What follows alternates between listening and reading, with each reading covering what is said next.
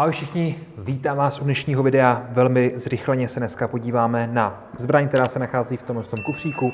Podle toho Gčka už určitě vidíte, že se jedná o pistoli od společnosti Glock nebo od výrobce Glock. No a jdeme se na to podívat.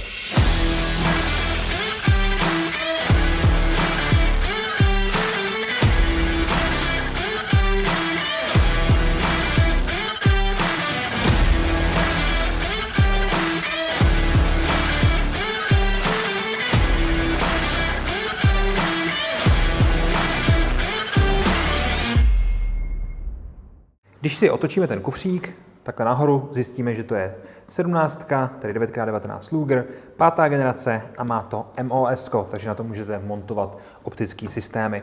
Otevřeme si standardním způsobem a můžeme ten kufřík otevřít jako takovej. V tom víku bychom našli potom nějaký základní papírové věci, tedy nějaký návod a takovéhle věci a tak dál. Potom tady máme kartáček nylonový, dole pod tím máme vedení toho kartáčku, už to takhle dávají pěkně odděleně.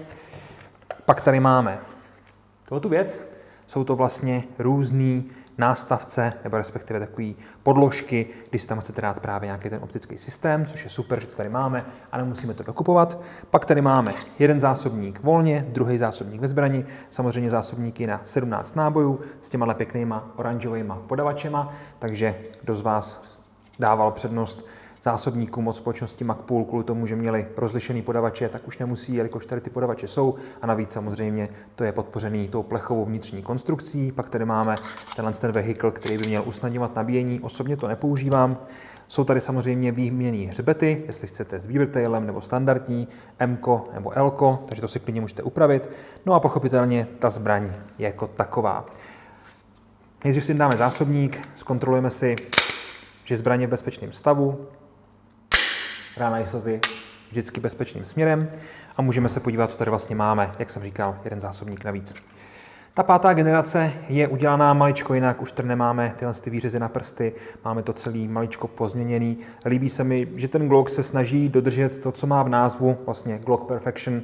Pochopitelně je to kladivo a na kladivu člověk nemusí nic měnit, protože s tím potřebuje zatloukat hřebíky.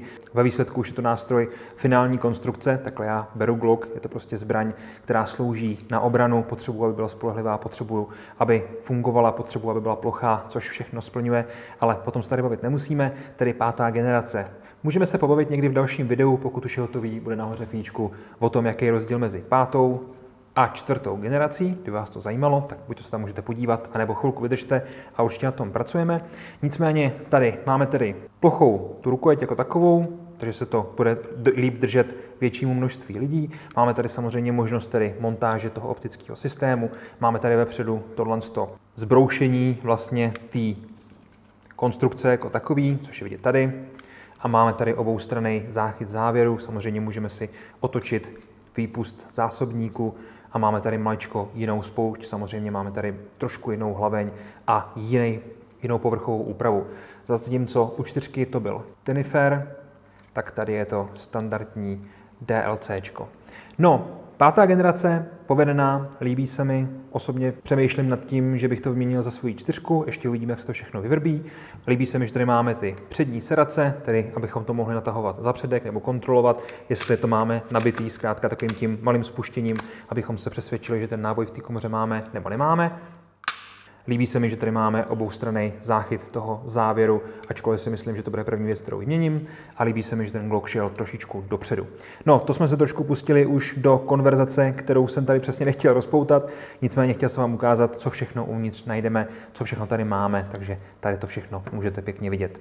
Přátelé, kdyby vás zaujala 5. generace 17 Glocka, tedy asi nejrozšířenějšího Glocka, co je, tak se můžete podívat buď to k nám na stránky, odkaz je dole v popisku tohoto videa, nebo pochopitelně k nám do našich obchodů. Tam se vám rádi budeme věnovat, pokud už je to rozvolněný. Mějte se krásně, díky moc a někdy příště. Ahoj.